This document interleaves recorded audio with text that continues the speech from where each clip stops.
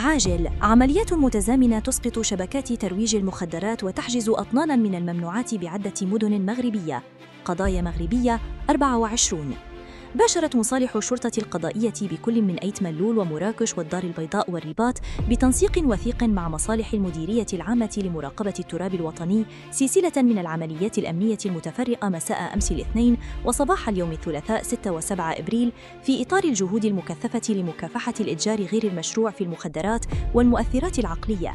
وأسفرت العملية الأولى التي نفذت بمدينة أيت ملول عن توقيف شخص مبحوث عنه على الصعيد الوطني جرى ضبطه في حالة تلبس بحيازة وترويج المخدرات على متن سيارة نفعية بلوحات ترقيم مزورة.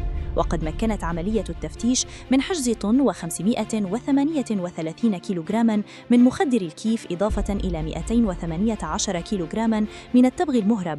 أما العملية الثانية التي جرت بالمنطقة القروية كنان زماملة بضواحي قلعة السرغنة فقد أسفرت عن توقيف شخصين أحدهما مبحوث عنه بموجب عدة مذكرات بحث وطنية، حيث تم العثور بحوزتهما على 476 كيلوغراما من الكيف و105 كيلوغرامات من التبغ المهرب، فضلاً عن 700 جرام من الكوكايين وكيلوغرام و700 جرام من مخدر الشيرة، إضافة إلى بندقية صيد غير ملخصة و13 خرطوشة.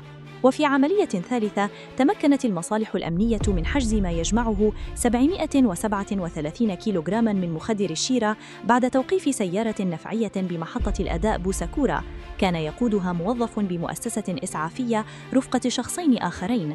وأسفرت الأبحاث المتواصلة على ضبط 137 كيلوغراما من الشيرة داخل السيارة، قبل أن تقود التحريات إلى حجز 600 كيلوغرام إضافية داخل مخزن بمنطقة بوعنانة بضواحي آسفي.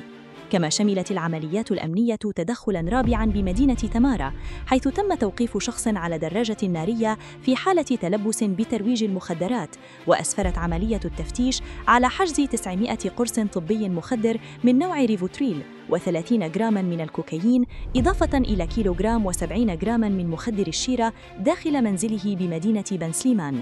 وقد تم إخضاع جميع المشتبه فيهم الموقوفين للأبحاث القضائية تحت إشراف النيابات العامة المختصة ترابياً بهدف الكشف عن كافة الامتدادات المحتملة لهذه الشبكات الإجرامية وتحديد باقي المتورطين المفترضين في هذه الأنشطة الناشمة الأخرى.